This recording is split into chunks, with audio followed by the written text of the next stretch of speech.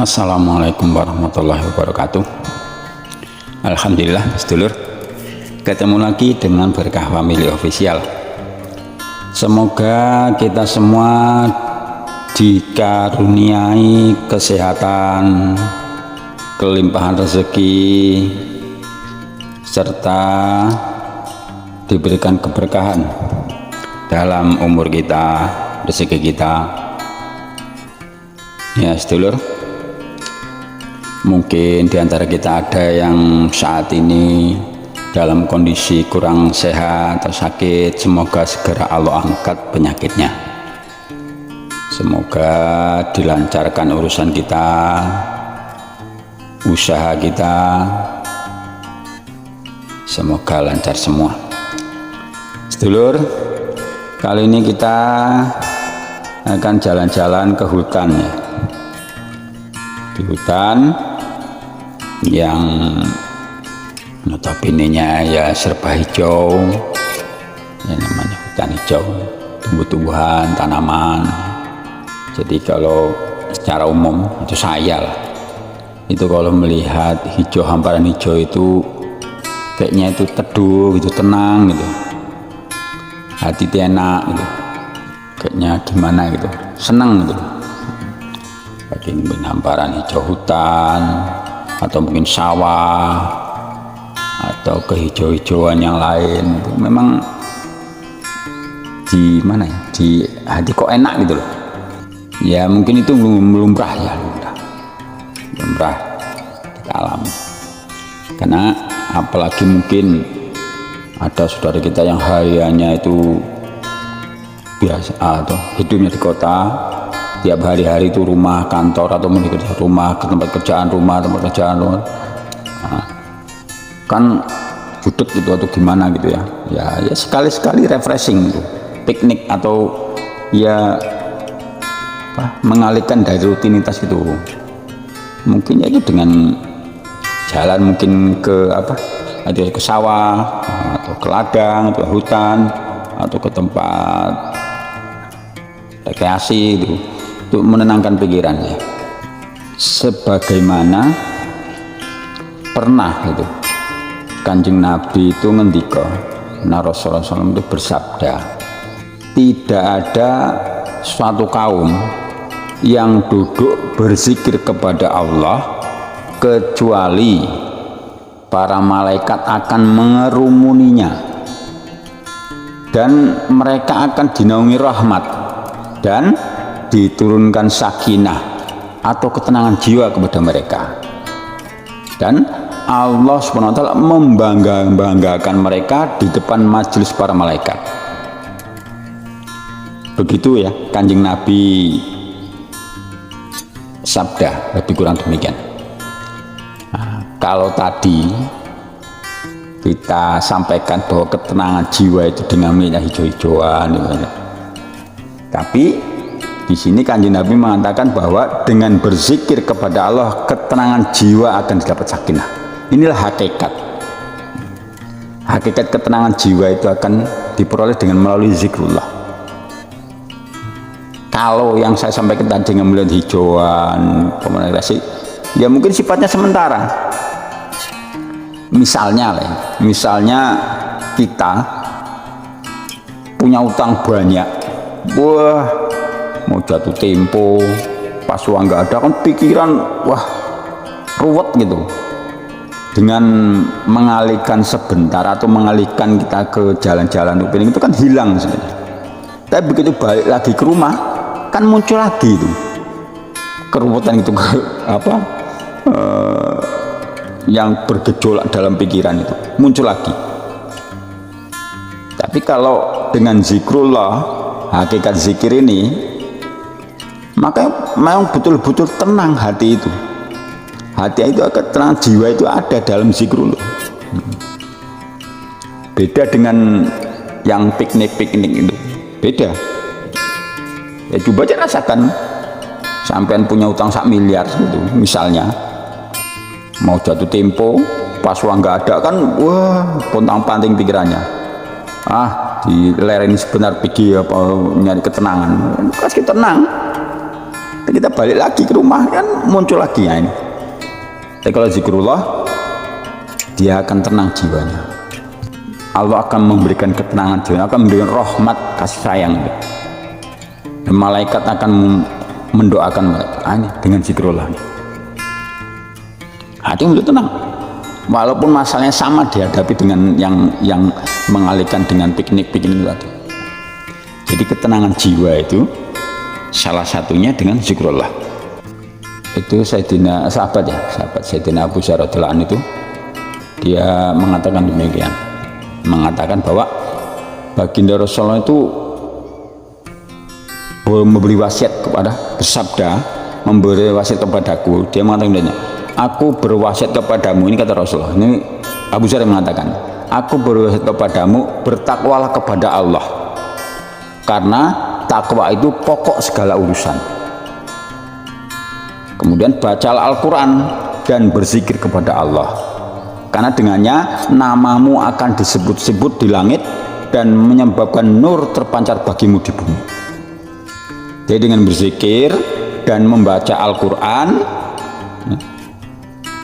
berzikir dan membaca Al-Quran, maka nama, misalnya kita berzikir dan membaca Al-Quran, nama kita akan disebut-sebut di langit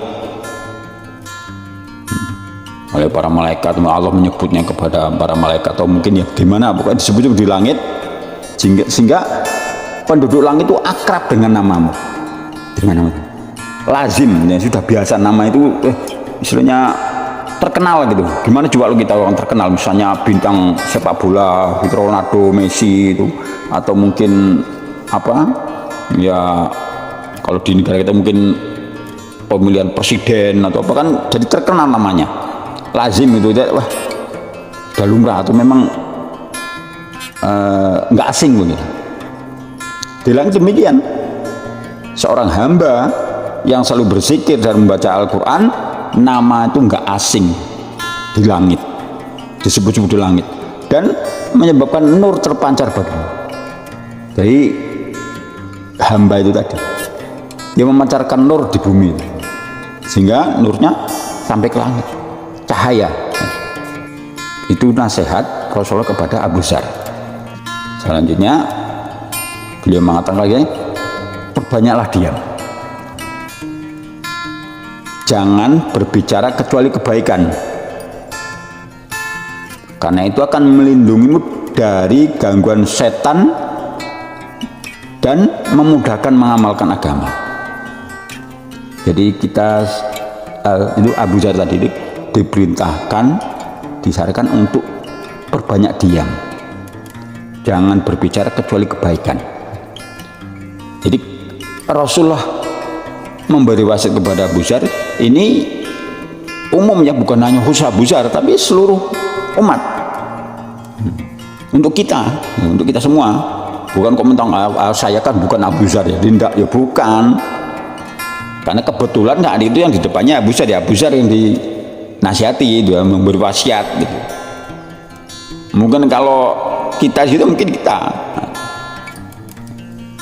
ingat Rasulullah, di depan Rasulullah itu Abu Dzar, maka hitopnya atau yang itu ya Abu Dzar, tapi untuk semua umat, semua manusia itu. Jadi perbanyak diam, jangan bicara kecuali kebaikan, karena dengan hal itu kita akan terlindungi dari gangguan setan dan kita mudah untuk mengamalkan agama. Kita banyak diam, kita bicara hanya kebaikan, akan mudah kita mengamalkan agama. Yang pertama tadi itu, kita banyak berzikir kepada Allah, maka dengan berzikir, maka apa? Malaikat akan mengerumuni, dinaungi rahmat kasih sayang. Kemudian diberikan kita itu sakinah, untuk ketenangan jiwa dengan berzikir kepada Allah. Dan kemudian jangan terlalu banyak tertawa. Karena hati akan mati dengan banyak tertawa, hati akan mati dan nur wajah kita akan pudar. Jadi dengan banyak tertawa akan memudarkan nur wajah.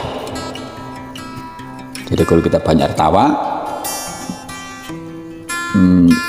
ya kalau kita misalnya secara zahir aja lah, kalau dia banyak tertawa maka wibawanya akan kurang. Jadi wibawanya akan kurang. Ya dengan banyak tertawa, maka Rasulullah mewasiat kepada Abu Dzar supaya jangan banyak tertawa. Kemudian berbanyak duduk dan mencintai orang miskin. Artinya duduklah dengan orang miskin, artinya tidak membeda-bedakan, nggak mau dengan orang miskin, maunya dengan orang yang berada. Tapi nasihat Rasulullah supaya banyak duduk dengan orang miskin dan berjihad di jalan Allah. Kalau sekarang jihadnya ya versi sekarang, dengan menegakkan kebenaran, mengajak kebaikan, menjauhi larangan, nasihati, saling menasihati kepada kebaikan, dan untuk meninggalkan kemungkaran. Ini pesan Rasulullah,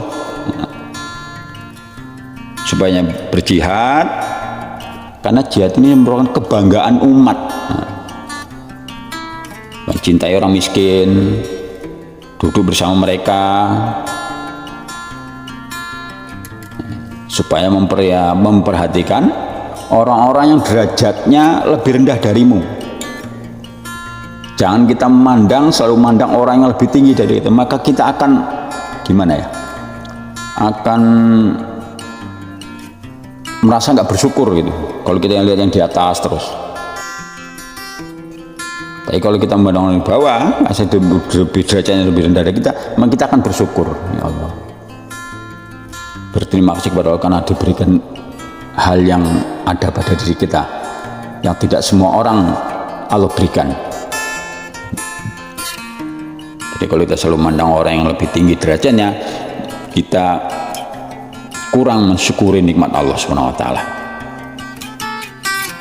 Kemudian sambung hubungan sanak famili, silaturahmi. Ini masih nasihat wasiat Rasulullah kepada Abu Dzar. Kemudian katakanlah yang benar walaupun pahit. Kemudian dalam mentaati perintah Allah, jangan hiraukan cacian orang yang mencaci. Pandang aib sendiri, jangan pandang aib orang lain. Pandang aib sendiri supaya kita mawas diri, tidak mengundang aib orang lain. Kalau kita cari aib orang lain, cari kesalahan orang terus. Jadi tengok kesalahan kita, aib kita, supaya kita tidak mudah membicarakan aib orang lain, karena aib orang lain ternyata ada dalam diri kita. Jangan marah, jangan mencaci. Yang terakhir Rasulullah sampaikan kepada Abu Dzar, tidak ada kecerdasan akal yang melebihi berperilaku yang baik.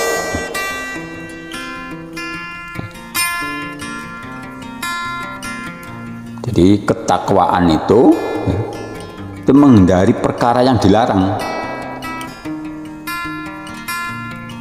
Tidak ada kemuliaan yang menyamai akhlak yang terpuji. Itu banyak ya wasiat Kanjeng Nabi kepada Abu Dzar radhiyallahu anhu. Mulai dari tadi zikir, supaya banyak zikir, baca Quran. Kemudian tadi akhlak, perilaku itu banyak disampaikan Rasul kepada Abu Dzar. Jadi kembali tadi kita ini jalan-jalan ke hutan untuk menenangkan jiwa, menyejukkan pandangan mata, menenangkan pikiran. Tapi hakikatnya itu didapat semua dengan zikrullah, dapat sakinah, tenang jiwa. Sakinah itu artinya diam, tenang, diam dan tenang. Ya, dapat juga, bisa juga diartikan rahmat yang khusus, yang Allah berikan kepada ahli, kepada orang tertentu, orang pilihan Allah. Ya. Ada juga ulama menyatakan bahwa sakinah itu sesuatu yang istimewa, mencakup itu ketenangan, rahmat dan sebagainya yang diturunkan bersama para malaikat.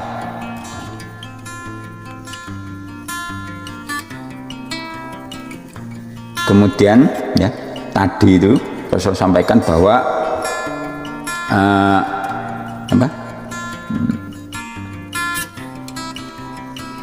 itu Allah SWT membanggakan mereka di hadapan para malaikat. Salah satu keuntungan zikrullah bahwa orang tersebut itu dibanggakan oleh Allah di hadapan majelis para malaikat. Sebabnya yang pertama itu karena Nabi Adam alaihissalam itu diciptakan. Ketika Nabi Adam diciptakan itu para malaikat itu ngomong bahwa manusia itu hanya akan membuat kerusakan di bumi ini. Tapi ternyata ada orang-orang yang selalu berzikir, maka itu Allah banggakan. Ya, malaikat itu, wah ngapalah diciptakan sebagai apa? Adam itu, Nabi Adam sebagai khalifah di bumi. Karena dulu pendahulunya ada iblis, itu cuma buat rusuh gitu. Yang kedua, karena itu malaikat itu kan diciptakan khusus untuk beribadah dan taat. Malaikat nggak punya unsur maksiat, sedangkan manusia punya dua unsur, ya taat, ya maksiat. Namun ya, kok ada manusia yang taat sehingga itu dibanggakan oleh Allah di hadapan para malaikat. Ibaratnya dengan kata aku itu lebih tahu dari kalian, itu lebih kurang bahasa kitanya seperti itulah. Allah berkata kepada apa? Beriman kepada malaikat, aku itu lebih tahu daripada kowe. Nah. Kalau malaikat cuma taat tok. Tapi kalau manusia ada taat, ada maksiat. Tapi dengan apalagi di saat seorang yang zamannya sudah begini, kok masih ada yang taat. Ini zikir beliau, ini dibanggakan oleh Allah SWT. Itulah keuntungan, manfaat, fadilah kita berzikir kepada Allah SWT.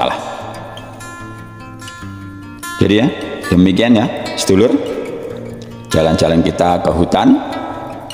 Semoga sedulur semua terhibur. Terima kasih sudah menonton. Sampai ketemu lagi di video berikutnya. Mohon maaf atas segala kesalahan. Kita sudahi. Assalamualaikum warahmatullahi wabarakatuh.